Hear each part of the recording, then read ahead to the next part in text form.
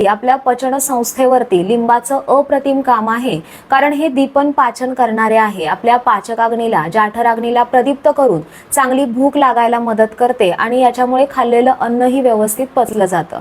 त्याच्यामुळे भूक व्यवस्थित लागत नसेल, काहीही खाण्याची इच्छा होत नसेल, तोंडाला चव नसेल किंवा खाल्लेलं अन्न व्यवस्थित पचलं जात नसेल, म्हणजेच अजीर्णाचा त्रास असेल किंवा अजीर्ण होऊन पित्त होत असेल, उलटी होत असेल किंवा पोट गच्च वाटत असेल, पोट व्यवस्थित साफ होत नसेल किंवा यकृत विकार असतील, म्हणजेच लिव्हर प्रॉब्लेम असतील, तर अशा पचन बिघडल्यामुळे होणाऱ्या सर्व तक्रारींवरती लिंबू अप्रतिम काम करतं।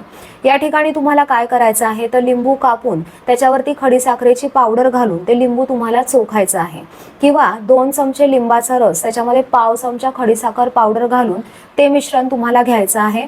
याच्यामुळे पचनाच्या सर्व तक्रारी दूर होतात। याशिवाय जर वारंवार तुम्हाला तहान लागत असेल तर तेही याच्यामुळे कमी होतं